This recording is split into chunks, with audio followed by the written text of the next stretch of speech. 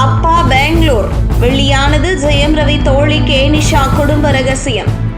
ஜெயம் ரவி அவருடைய மனைவி ஆர்த்தியை விட்டு பிரிந்து வாழ்ந்து வரும் நிலையில் பாப் பாடகி கேனிஷாவுடன் ஜோடியாக வலம் வர தொடங்கியுள்ளார்.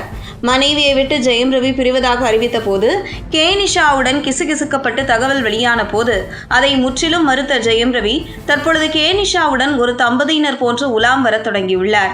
இந்த நிலையில் ஜெயம் ரவி பற்றி அனைவருக்கும் தெரியும். ஆனால் அவருடன் உலா வரும் கேனிஷா யார், அவர் குடும்ப பின்னணி என்ன என்கின்ற தகவல் மர்மமாகவே இருந்த நிலையில் தற்பொழுது கேனிஷா குடும்ப பின்னணி குறித்து பல தகவல் வெளியாகியுள்ளது. கேனிஷா அப்பா தாய்மொழி தமிழை பூர்வீகமாக கொண்டவர்.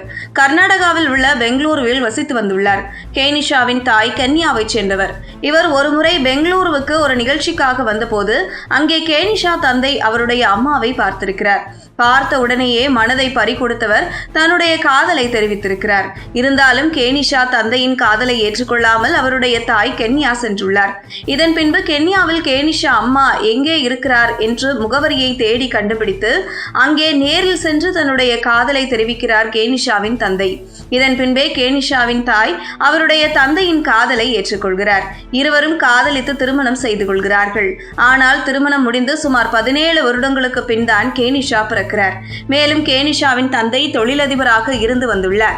கேனிஷாவின் தாய் மேடைகளில் பாடல் பாடி ஆடக்கூடியவராக இருந்து வந்துள்ளார். சிறுவயதில் கேனிஷா கென்யாவில் வளர்ந்துள்ளார். அதன் பின்பு பெங்களூருவிலும் வளர்ந்துள்ளார். அப்பாவின் தாய்மொழி தமிழ் என்பதால் அவர் தமிழும் நன்றாக பேசக்கூடியவர். மேலும் கேனிஷா அவருடைய தாய் போன்று பாடல் பாடக்கூடியவர். மேலும் கேனிஷா ஆப்பிரிக்காவில் மிகவும் பிரபலமாக செயல்படக்கூடிய மனநோய்க்கான ஹீலிங் பயிற்சியும் பெற்றதாக கூறப்படுகிறது. கேனிஷா தாய் இறந்து விடுகிறார். அடுத்த சில வருடங்களிலேயே அவருடைய தந்தையும் இறந்து விடுகிறார். அந்த வகையில் கடந்த 4 வருடங்களாக தாய் தந்தை இல்லாமல் தனியாகவே இருந்து வரும் கேனிஷா தான் கற்றுக்கொண்ட ஹீலிங் பயிற்சியை மனநோயால் பாதிக்கப்பட்ட பலருக்கு வழங்கி அவர்களை குணப்படுத்தி ஒரு புது வாழ்க்கையை கொடுத்து வருகிறார் கேனிஷா என கூறப்படுகிறது.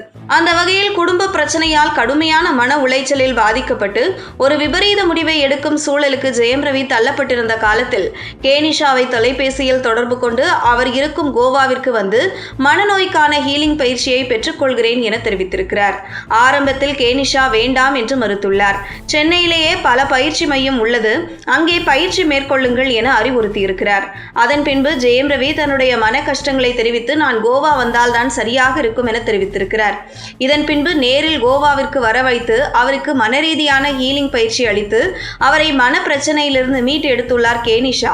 மேலும் கேனிஷா அளித்து வரும் ஹீலிங் பயிற்சி என்பது ஆப்பிரிக்காவில் தான் அனுமதி, இந்தியாவில் அனுமதி இல்லை என்றே கூறப்படுகிறது.